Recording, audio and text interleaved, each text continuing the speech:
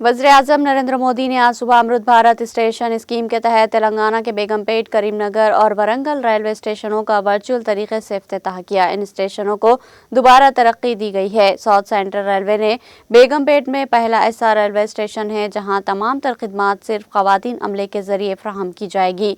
इस मौके पर मरकजी वज़ीर कोयला और तेलंगाना बीजेपी सदर जी किशन रेड्डी ने खिताब करते हुए कहा कि रियासत तेलंगाना में आइंदा 4 वर्षों में रेलवे का नक्शा मुकम्मल तौर पर बदल जाएगा और इनकलाबी तरक्याती इक़दामात अंजाम दिए जाएंगे। उन्होंने बताया कि शुमाली तेलंगाना जिला में कई रेलवे मंसूबे तेजी से अमल में लाए जा रहे हैं। किशन रेड्डी ने कहा कि रियासत में फिलहाल रेलवे तरक्याती मंसूबों पर 5,000 करोड़ रुपये से ज़ायद खर्च किए जा रहे हैं। अवाम की सहूलत के लिए जदीद बुनियादी ढांचे पर खास तवज्जो दी जा रही है। रेल हादसा से बचाव के लिए कोच प्रोजेक्ट के तहत रियासत में अब तक 600 किलोमीटर का काम मुकम्मल हो चुका है।